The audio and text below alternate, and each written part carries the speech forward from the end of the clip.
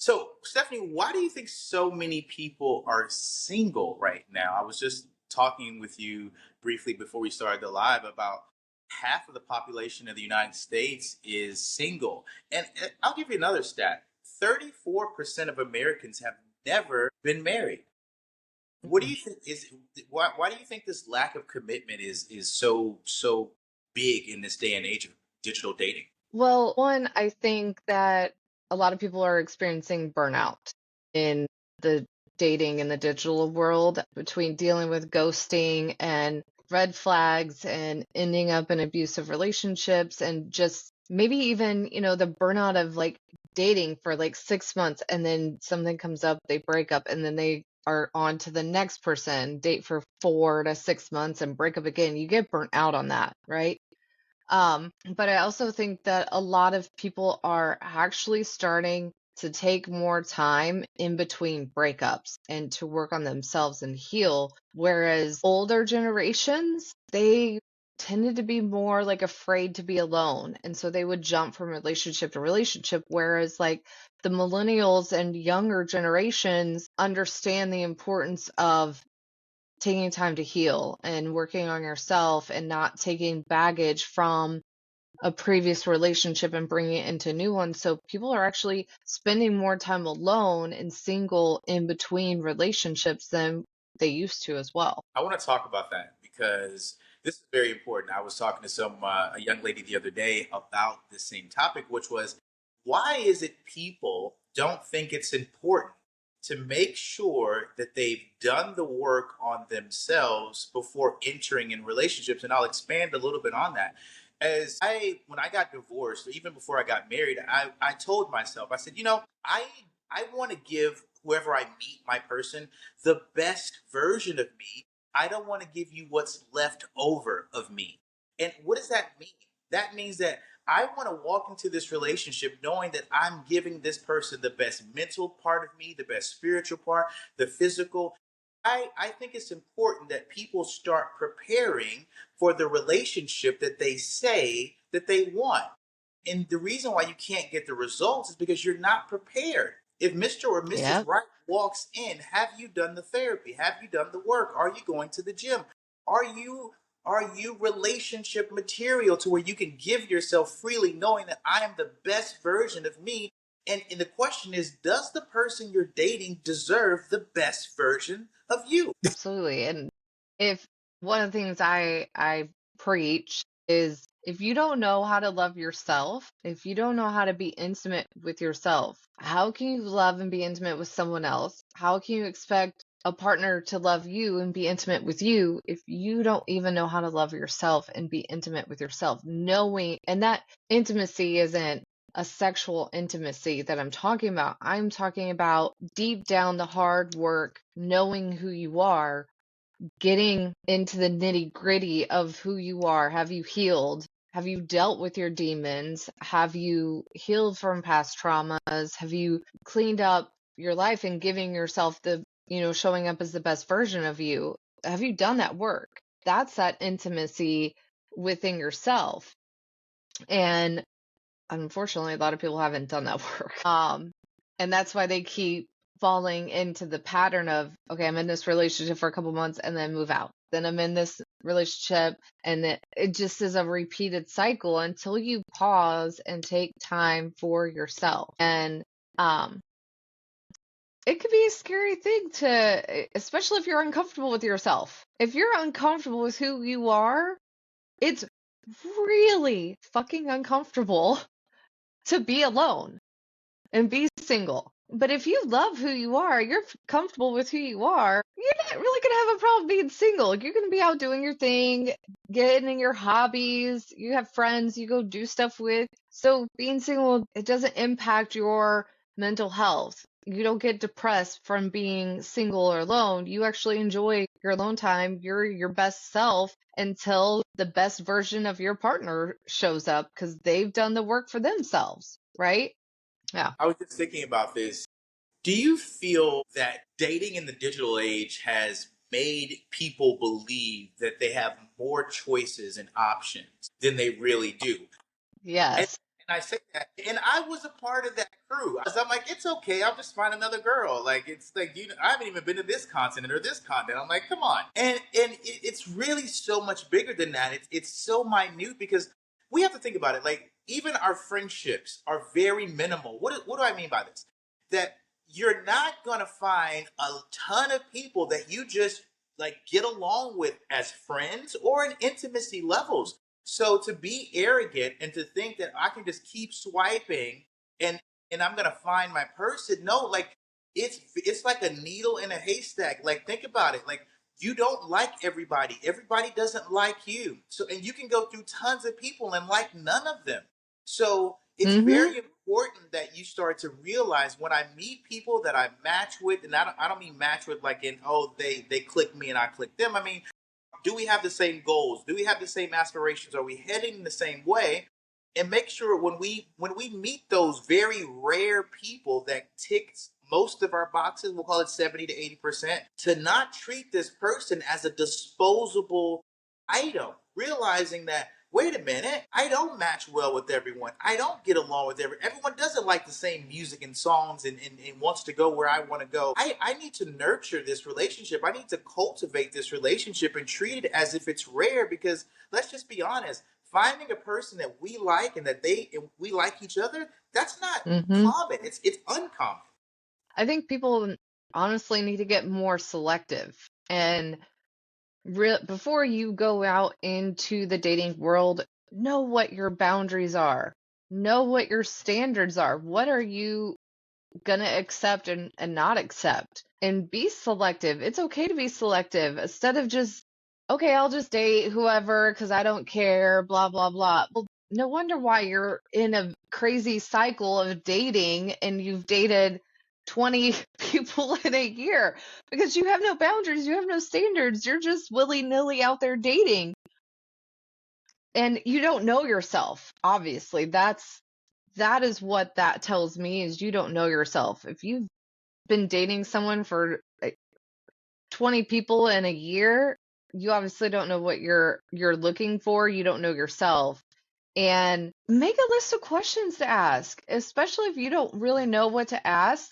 First, figure out what your boundaries are. Figure out what your standards are and the things that you're okay with and not okay with.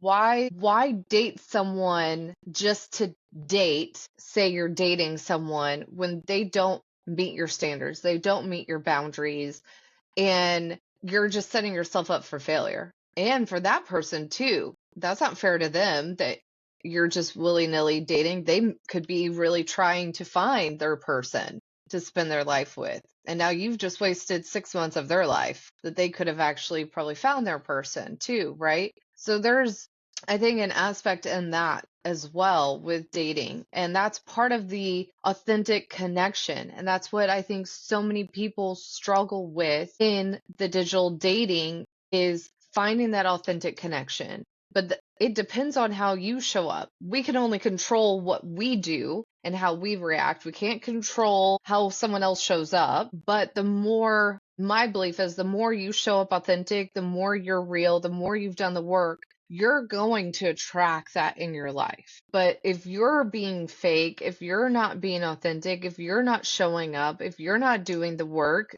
you're really going to be met with the same energy, the same type of person. Wow. And it's so important for us to put out what we want to receive. Now, does that work 100% of the time? No. There's, No, you there's know, caveats, of course. um Yeah. yes, of course. But that's part of, I guess, the weeding out process in dating. There's pros and cons to it, right? You have the pros are you're meeting people that you may not have ever crossed paths with by dating in the digital world, whatever the app is or website is.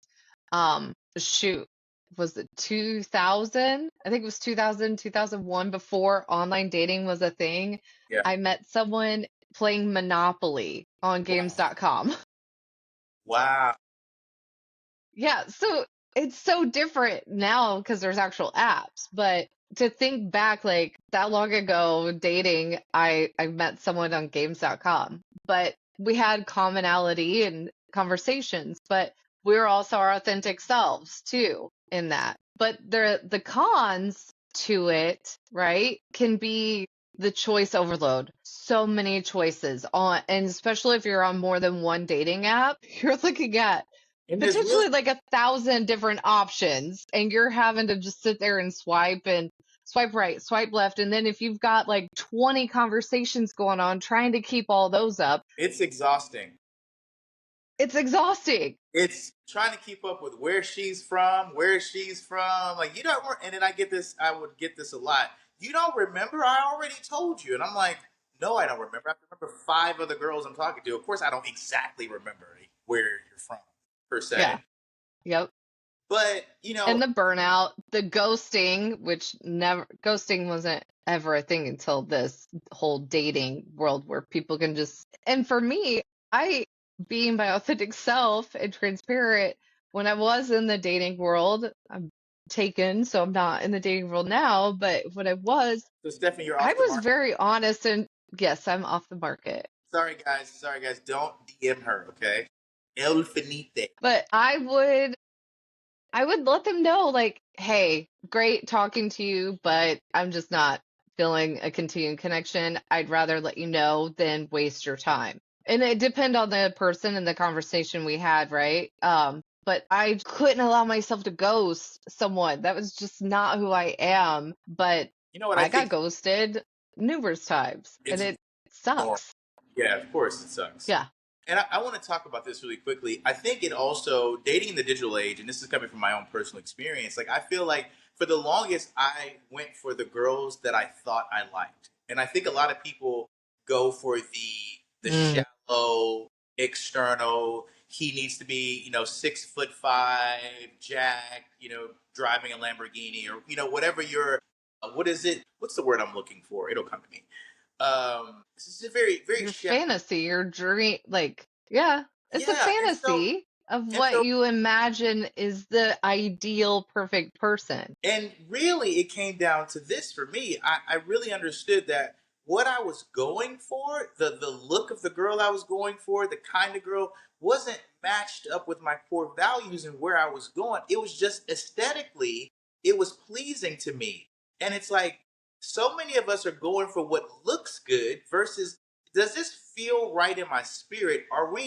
Do we have the ability to go long term? Do we share the same goals and aspirations? Or are you just a pretty face or a jack guy or you have a nice car or you speak well? Like that has nothing to do with who the person is. And I think a lot of times if we could get down to the core of what matters to us in the long run, not versus how do I feel about this person right now. It's like do you see I don't think you should be dating By a their person. looks. Do you see a future with this person? And you can't base that on their looks because that has nothing to do with their future. So if So yeah, how do you find out? You have to ask questions. Have to know. yeah, Blows my mind out on the dating world and ask someone, what are you passionate about? And they come back with, I don't know, I've done everything I wanted to do. So what are we or going to they, talk about? If you have nothing you're passionate about, we're not going to have any activities to do, no hobbies, no discussions, because you literally have nothing to talk about that you're passionate about. Blows my mind. me too, How am I because going to build a future with you? girls are shocked that I have questions. I mean, no, Stephanie. I mean, literally, and I quote, "Why are you asking me these types of questions?" And I think to myself, I don't even know you. What am I supposed to just sit here and pretend like I do know you? In order, ladies and gentlemen, please be respectful and understand that you don't know this person. So if they ask you questions, that's a sign that they're really interested. They're not trying to judge you. They're not trying to figure out, oh, I got you there. No, it's like, wouldn't you want a person who doesn't know you to be curious about your life, your past, and get to know you as a person versus what's your favorite color or your favorite football team or do you like green or yeah, I mean like kindergarten softball questions that's not getting to the core of do we have a future together? Do you love your dad? Do you still have a relationship with him or I shouldn't ask about your father because Who's your whoa buddy. hero? Who inspires you? Yeah. Who do you look up to? And it boggles my mind that some people can't even answer that. Maybe it's wrong of me, but if someone can't answer, and that's not even a difficult, challenging question. That's a pretty, I feel like, simple, basic question. Can't even answer that. Like, I really don't see moving forward. That's me. But that asking those questions, that's like how you start to build that authentic connection. But that's Can you also how say that you can again? see that someone has mask up. Can you say that again? Asking those questions is how you start building the authentic connection. So it's okay And for a someone guy. that avoids answering, yeah. Steph. So I want the ladies in the back to hear you. Ladies, I think she just said something really important. If a guy is wanting to date you, you're saying, Stephanie, it's okay if he asks you questions about who you are, where you've been, and it shouldn't be off-putting. You is that what you're saying, Steph? No. What do you want in life? What are your ambitions? Are you in your career choice? Do you have aspirations to move into a different career?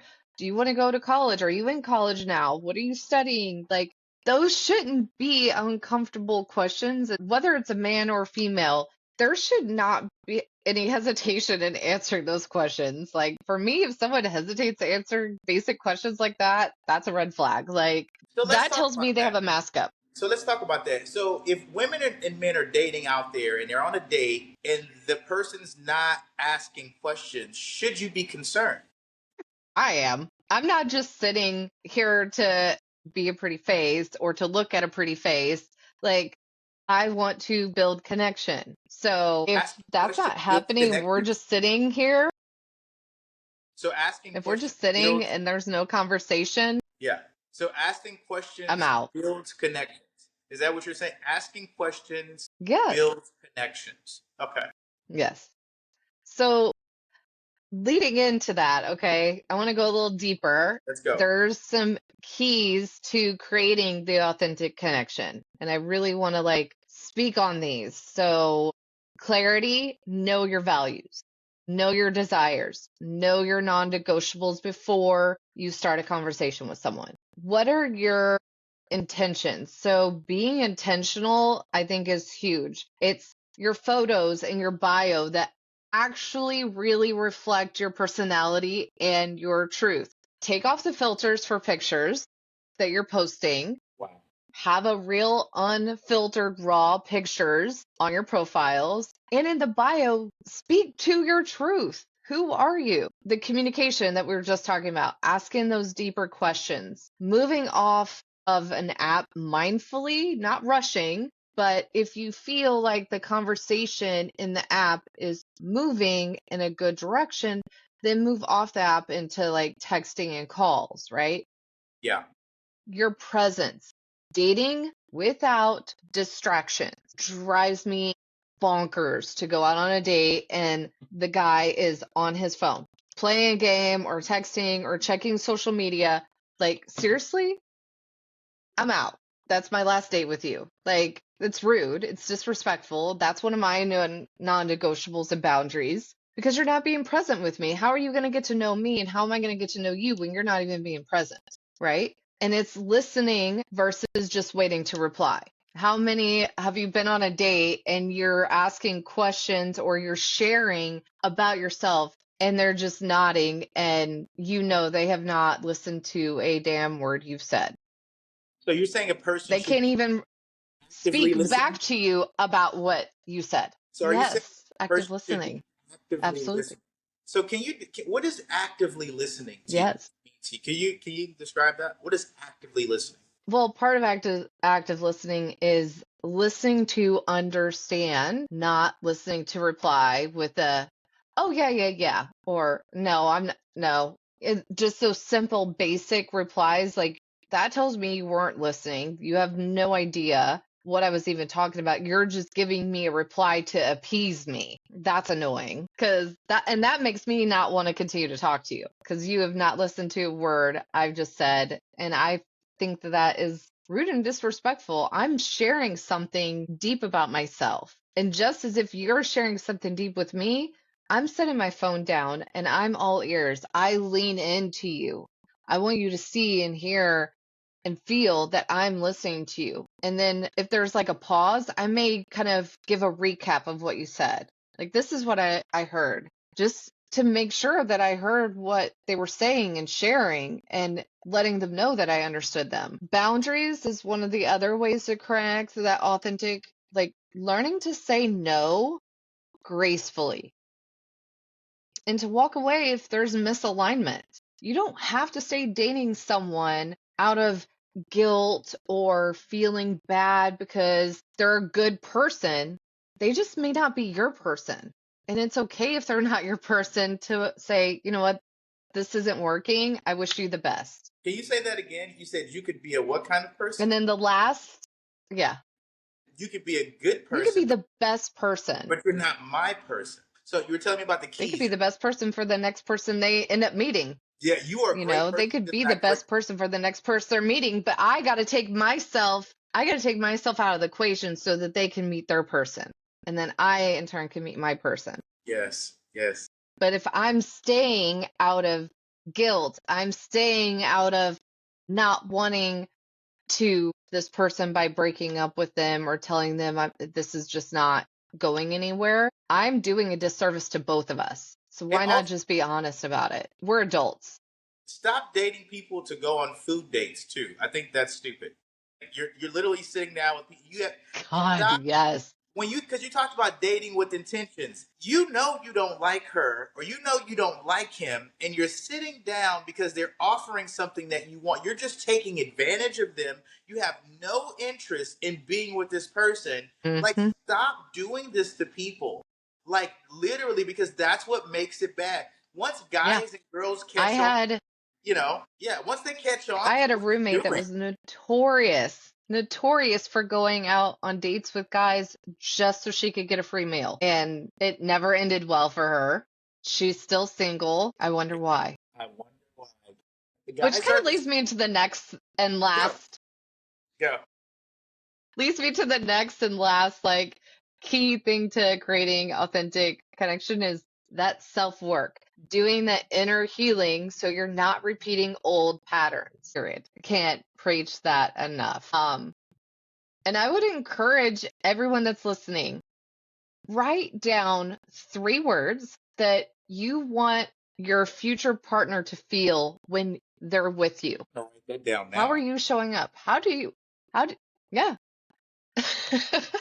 Good. Write down 3 words. Write down 3 words. Uh huh. Write down 3 words that you want your future partner to feel when they're with you. Is that how you're going to show up? Make sure your dating profile and the conversations that you're having reflect those qualities. Wow. Write down 3 words that you want your future partner to feel when they're with you.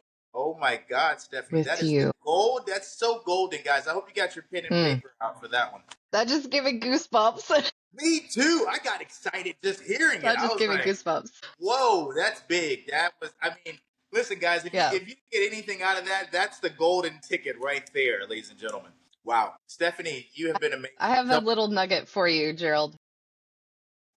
I challenge everyone to shift from finding the one to creating authentic experiences that teach you about loving yourself. Stop finding the one, stop looking for the one and having that be your focus. Have your focus be, am I creating an authentic experience that's going to teach me about love and about myself? That could be a game changer for you in the dating world. Creating experiences that basically show me the best versions of myself. Yeah. Stephanie, thank And you. my closing statement I would like to leave you all with, okay? Dating in the digital age doesn't have to be shallow or exhausting. I know it can be, but it doesn't have to be. When you yourself show up with clarity, courage, and as your authentic self, you actually are opening the door to real connection. Say that My again. hope is that everyone that's listening remembers this. Yeah. Can you say it? When you show up with clarity, courage, and authenticity as yourself, you are opening the door to real connection. And my hope is that everyone that's listening remembers this. You are worthy of love that feels safe, that's passionate and true. And the more that you actually practice being your authentic self, the more magnetic you become and that love comes. Stephanie, I don't even. I'm just. Yeah. I needed that. Thank you. Thank you. Wow. Ladies and gentlemen, Stephanie has blessed us with another amazing episode. Dating in the digital age while finding that authentic connection. And hopefully, you've gathered nuggets. You'll be able to find her Instagram on their tags, her website. You'll be able to contact her. Ladies, if you need some help working on your trauma, working on the baggage, Stephanie is helped lots of women uncover and rediscover who they really are, and Yes. you're able to live that way authentically. So, Stephanie, I appreciate your time. Thank you, thank you, thank you. And we'll see you guys in the next episode. Make sure Yes. you like, You share, can find subscribe. me at on IG, the intimate underscore journey, or my website, intimate-journey.com. I would love to talk with you, do a free consultation, see how I can help you, but be your authentic self and love will find you. Thank you, Thanks, Stephanie. everyone. See. Let's see.